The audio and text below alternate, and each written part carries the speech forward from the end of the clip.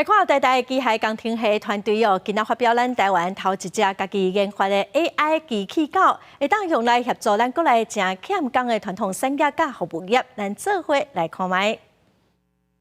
12颗，对。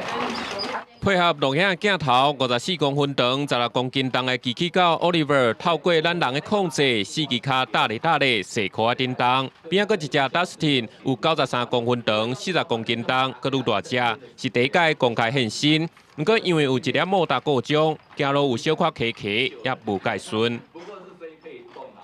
各位看到它的平衡性是很重要的，所以它上面要有一些感测器。那我们现在刚开始做出来就是一些基本功能，那未来就有楼梯等等，它就可以适应到不同的情况。台大团队对2013年开始大新开发有双卡的机器人，到2022年才搁开始设计机器狗，那体重爱轻，运动控制的问题嘛拢爱解决。所以即马 Dustin 已经有摘掉爬楼梯啊。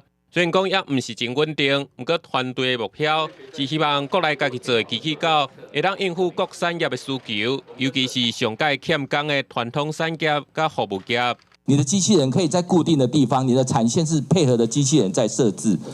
怎么弄一个机器人的良好的环境，他们可以做得到。可是传统产业不可能因为要导入机器人就把整个产线全部弄掉，这成本太高。可以针对我们在地的需求来做一个客制化。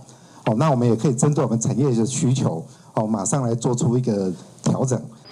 台大教授指出，机器狗伫咧国外已经就市咧卖，嘛有实际应用。不过国内机器狗类似的案例也真少，希望会当运用国科会近2年200万的补助，继续和产业界来合作。后一步希望会当开发出会当克服各种地势障碍机器狗。记者综合报道。